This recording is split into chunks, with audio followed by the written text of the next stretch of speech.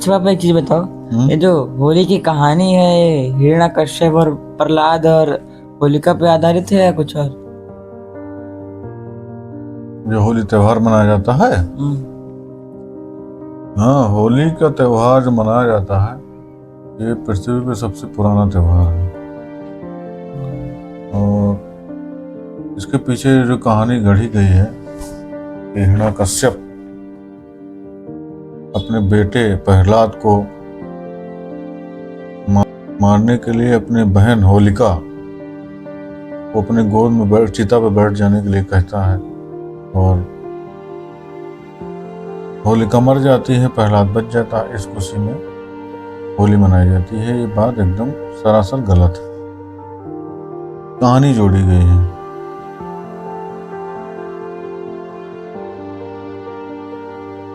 अब सुनने में जो है कुछ लोग कहानी गढ़ते हैं कि प्रहलाद जो है वो भगवान विष्णु, भगवान श्री हरि का भक्त था।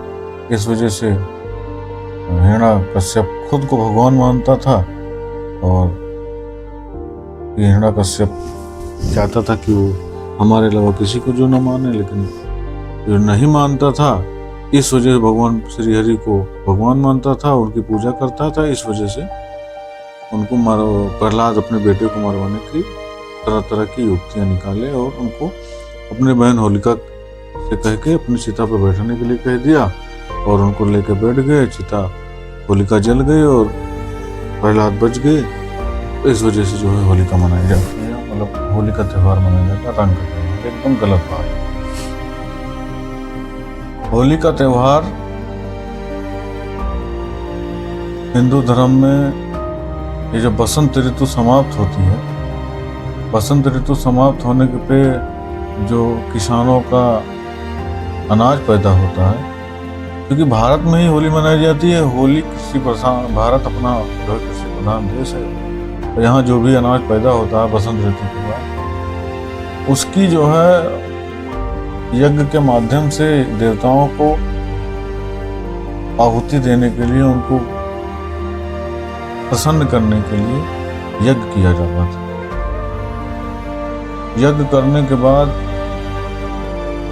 जो है ये खुशियां मनाई जाती थी, रंग खेला जाता था, फल जो है फूल की होली खेली जाती थी, कलर्स की होली खेली जाती थी।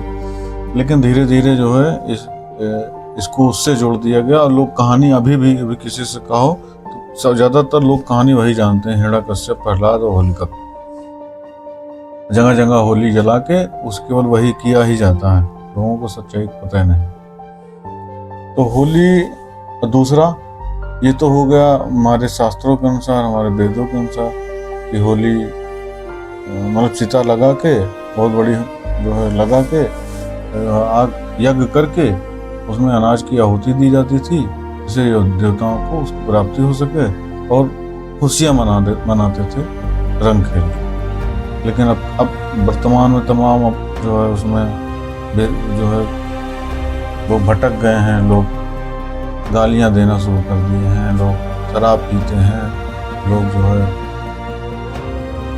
मल मूत्र लगा देते हैं, कीचड़ लगाते हैं। ये गलत बात है। ये तो हो गया हमारे हिंदू धर्म में मानने वाले, जो माना जाता है, ये उसकी कहानी है। और बहुत बड़े दार्शनिक हुए भगवान